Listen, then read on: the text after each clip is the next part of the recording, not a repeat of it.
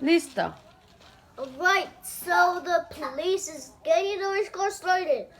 There are 130 miles per hour for the race. And the police get out of the way so they can race. And Denny Hamlin takes the lead. As Jimmy Johnson says, oh, look at this crash. Oh, no. Oh, no, wait. Oh, whoa, look at this time. Oh. That's a caution there. So, and it looks like Denny Hamlin still taking the lead as Luke takes and whoa! That's the biggest jump ever.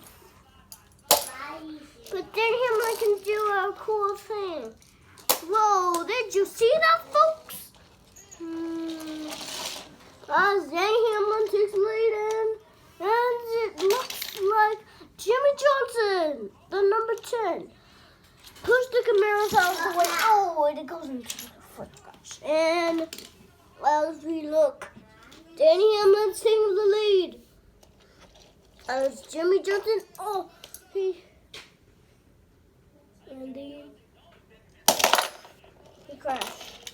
And as Denny Hamlin still takes the lead, and Jimmy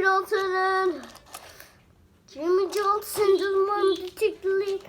I will shout for the win. And it's Denny Hamlin.